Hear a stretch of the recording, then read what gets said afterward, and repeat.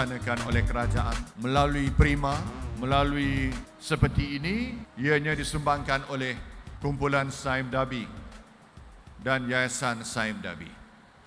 Jadi saya nak ucap tahniah kepada mereka kerana dapat menyahut saranan kerajaan dan janji kita dapat ditepati.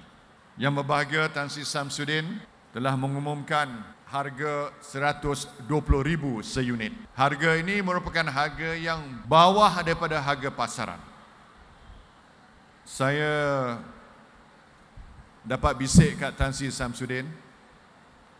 Saya kata, apakah jua kiranya pihak Saim Dabi dapat memberi sedikit pengurangan lagi kepada harga tersebut.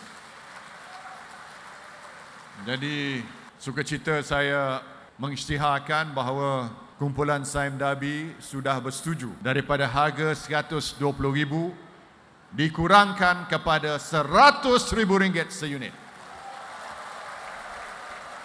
Bagi rumah biasa 800 kaki persegi, kalau rumah tu besar sikit, harganya naik sikit lah.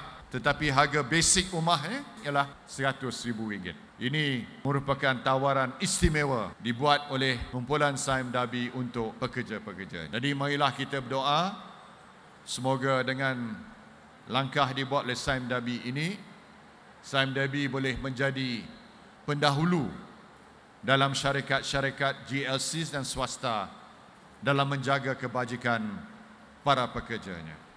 Dan saya percaya tuan-tuan dan puan-puan akan menghargainya di kalangan pekerja-pekerja mengikut senioriti kekanan dan juga sebahagian akan dijual kepada pekerja-pekerja yang sudah bersara tetapi banyak jasanya kepada Kumpulan Saim Dabi. Kami anak Malaysia.